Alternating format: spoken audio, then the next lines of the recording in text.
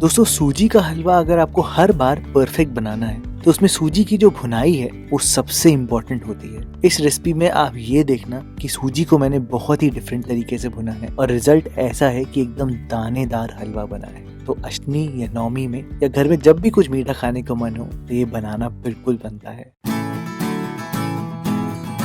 Hello दोस्तों, मैं हूं भरत, आपका स्वागत है भरत किचन हिंदी में। तो फिर देर किस बात की, चलो फिर शुरू करते हैं। सबसे पहले सूजी से। आपने सूजी कौन सी लेनी है?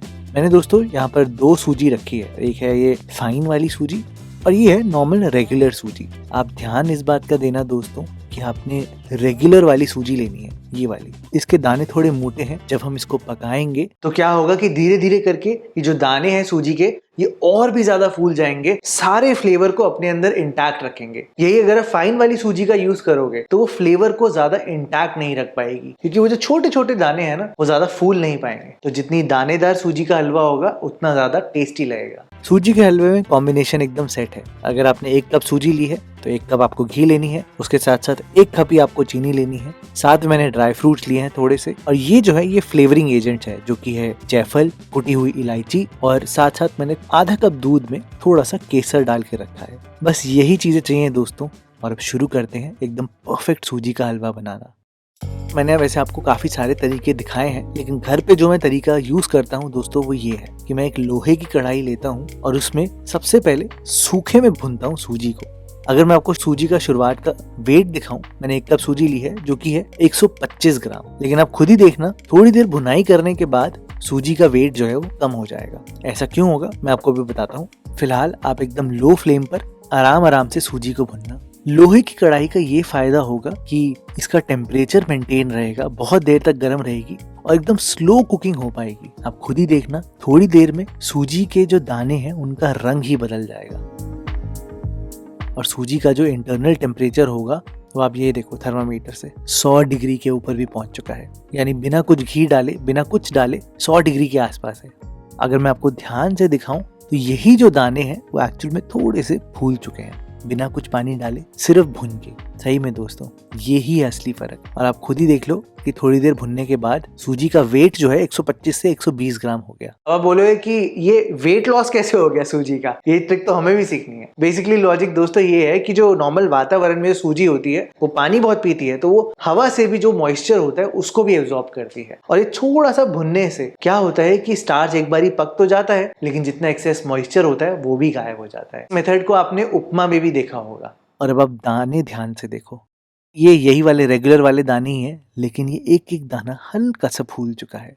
तो अब क्या करना है आपने सूजी को निकाल कर इनको रेस्ट करना है साइड में थोड़ी देर के लिए, ताकि ये पूरी ठंडी हो जाए। जितनी देर में सूजी ठंडी हो रही है उतनी देर में उसी कढ़ाई में अब थोड़ा सा घी डालना और ड्राई फ्रूट्स रोस्ट कर लेना। मैंने यहाँ पर किशमिश नहीं डाली है, किशमिश में सारे काजू पिस्ता बादाम रोस्ट करने के बाद ही डालता हूँ, और मैं हमेशा ना ऐसे पूरे रोस्ट करता हूँ ताकि मेरा घी बिल्कुल भी गंदा ना हो। अब इसी गरम घी में आप किशमिश डाल देना और हल्का सा रोस्ट करके निकाल लेना। ये सारे ड्राई फ्रूट्स निकाल कर मैंने साइड में रख दिए हैं ताकि ठंडे हो जाए, और बाद में इनको आराम से चॉप कर लेंगे।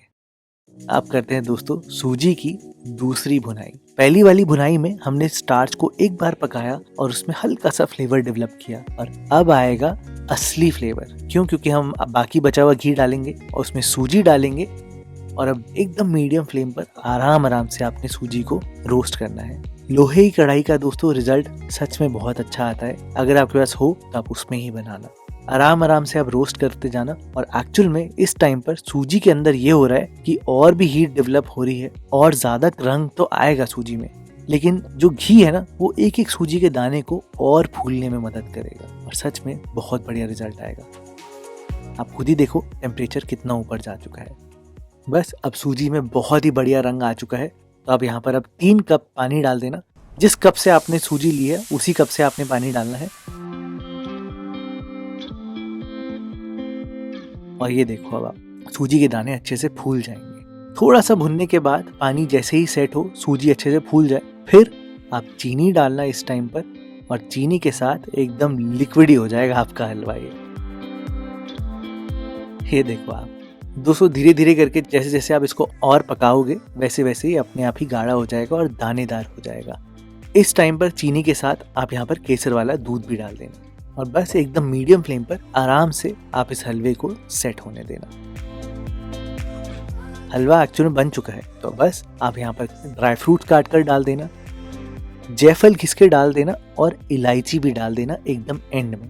दोस्तों आप इसको जितना ज़्यादा पकाओगे उतना ज़्यादा हलवा ड्राई हो जाएगा, तो मैं आपको यही सजेस्ट करूँगा शुरुआत में आप हलवे को इतना ही पकाना, उसको थोड़ा सा लिक्विड ही रखना, क्योंकि पड़े पड़े ये होगा कि हलवा अपने आप ही और गाढ़ा हो जाएगा। तो अभी आप इसको ऐसे ही छोड़ देना, आराम से 5 मिनट के लिए इसको ठंडा होने देना और फिर आप देखना एकदम दानेदार सूजी का हलवा बनेगा। दोस्तों आप अगर ध्यान से देखोगे ना, अगर मैं इसको एक चम्मच से ऐसे दिखाऊं ना दोस्तों, मैं एक एक सूजी का दाना पकड़ सकता हूँ और वो एक एक दाना सूजी का फ्लेवर, इलायची का फ्लेवर, चीनी का फ्लेवर, ये सारी चीजें अपने अंदर डाल कर बैठा है और यही तो खास बात है दोस्तों। अष्टमी और नवमी में बहुत बढ़िया सा हलवा तो हो गया, लेकिन बढ़िया से काले चने भी तो बनाने हैं ना। दोस्तों आप ये वाले काले चने की रेसिपी देखना, आपके बहुत काम आएगी।